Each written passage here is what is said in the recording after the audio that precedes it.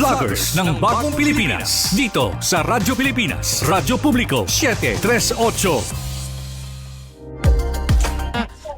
Ito sa ating next topic, ito yung sa ano muna tayo sa local, no? Sa local so LGU muna tayo. So ito yung sa pamumuno ng ating mahal na Mayor Along Malapitan diyan po sa Caloocan City. Kasi actually nung the other day pumunta ako mismo, sinadya ko yung lugar kung saan nagko-conduct ng declogging ng creek, yung naglilinis ng creek, tapos para yung maiwasan yung magpagbaha. So meron ako na interview yung mga residente ron at panoorin natin yung buong detalye.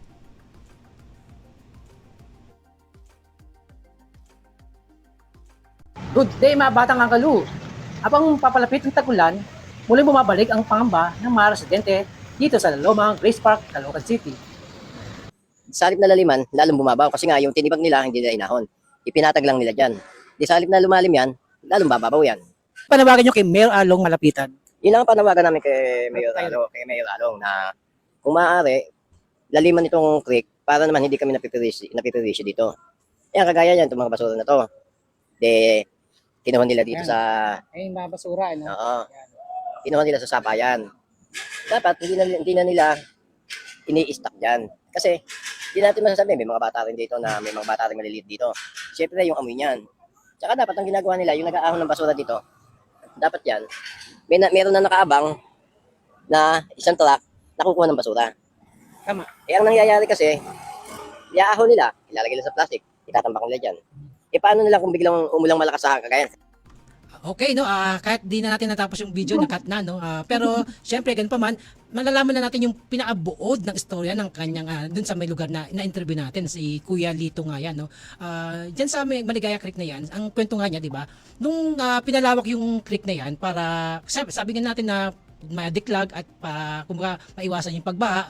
Ang kaso, nung tinibag yung mga pader sa gilid, para ma-widen ng at least 3 meters yata, no, 3 meters, ang nangyari yung natibag na mga bato, yung pader, hindi na inahon ng mga gumagawa ng creek.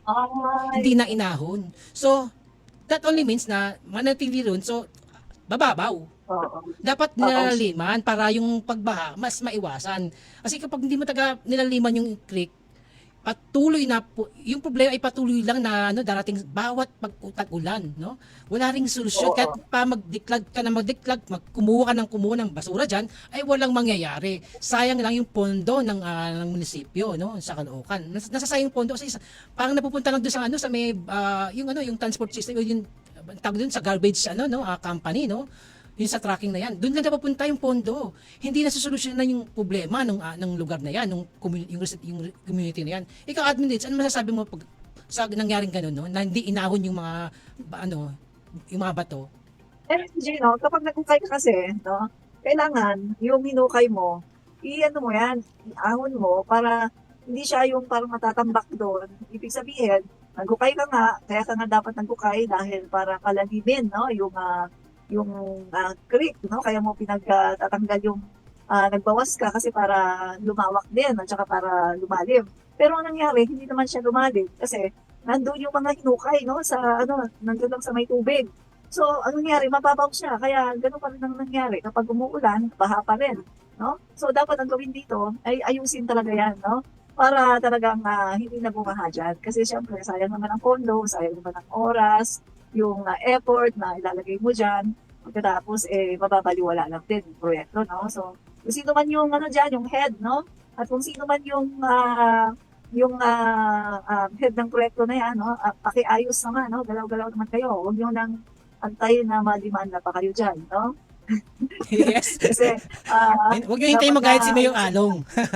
Hindi yung ginagawa yung trabaho nyo. Di ba? Oo, diba? Kasi syempre, si Mayor Along Malapitan ay palagi niyang kumbaga sinusundan, no, yung mga direktiba ng ating Pangulo. Yes, na tama dyan. pag-aato ng facility, ng talagang i-rehabilitate, yung mga dapat na ayusin. Sinusundan yan ng ating butihing Mayor Along Malapitan. No? Pero kung etong mga tao naman na inuutusan ay kung hindi naman kayo nagiging tapat, no, sa mga trabaho nyo, magsilayas na kayo dyan at palitan na kayo, no? Dahil ang ating Mayor gusto niya maayos ang trabaho, no? Kaya, yan, no, sa mga involved dyan, ayusin niyo na yan. Huwag nyo nang antayin na, Yes. na malaman pa ng ating mayor. No? Yes, Alo tama ka dyan, Malapitan. Admin Rich, no? Kaya nga, yung mga residente ron ay nahihirapan din kasi nga, yung lugar nila, pag pumasok sa loob, mababa. Kumbaga kapantay din ng kapantay din ng tubig sa creek, yung kanilang community sa baba. Kasi pag kalsada 'yan, kalsada. Bago mo papunta yung community nila, bababa ka pa. So pumapantay yung tubig ng creek sa lugar nila. Kaya pag umapaw yun, hanggang tao rin yung pagbaha sa nila. Kaya sila ay tagang sobrang namumblema kada dadating ang tag-ulan. Kaya naman na tayo ay nagpursige rin naman na puntahan yung lugar na yun para ma-call out natin yung dapat na ma-call out na mga tao. Para na sa gayon, kahit anong gawin nilang pagkuha ng mga basura, no effect. No effect yan, no? Walang mangyayari diyan. Kasi alam mo naman, yung mga basura na yan, hindi naman basta nagkakain sa isang lugar lang yan eh. Meron din kinapupuntahan yan. Let's say, yung mga, kasi ang lugar na yan parang malapit na diyan yung Quezon City. Kaya yung baha at basura ng Quezon City doon din pumupunta. Kaya mas maraming basura ang doon ang napupunta. At kaya mabilis mag-clog yung lugar na yon. Especially nagtataan rin ako bakit ang daming styrofoam doon sa may creek na yan. Bakit may styrofoam? Ano yung sinasadya ba yan? O may isang factory ng ng styrofoam na pagkapag palpak yung kanilang production ng styrofoam, doon na lang itinatapon. Nagtataka naman ako kasi ang daming styrofoam. Minsan nga yung alam mo yung styro ng refrigerator, doon na tinapon. Minsan may kama pa. Tata, mayroon pang set eh. Marami may pintuan pa nga eh na tinatapon sa doon sa may creek na yon, no? Kaya naman si Stay, yung pagbara ay napakabilis, no? Napakabilis ng pagbaha diyan sa lugar na yan sa Maligaya Creek, diyan po sa may La Loma Cemetery. Ayun po yung yung gate ng entrance ng La Loma Cemetery doon sa lugar na yan, sa Grace Park na yan, Caloocan. Kaya naman so super na problema yung mga tao doon. But sana kung maraming matanda na ron, no? So ang dami ko nakausap na mga senior citizen at meron din silang mga hinaing, no, regarding sa ilang senior citizens. So dahil diyan ng admin, baka meron ka pang idadagdag. Wala na. Yes, no.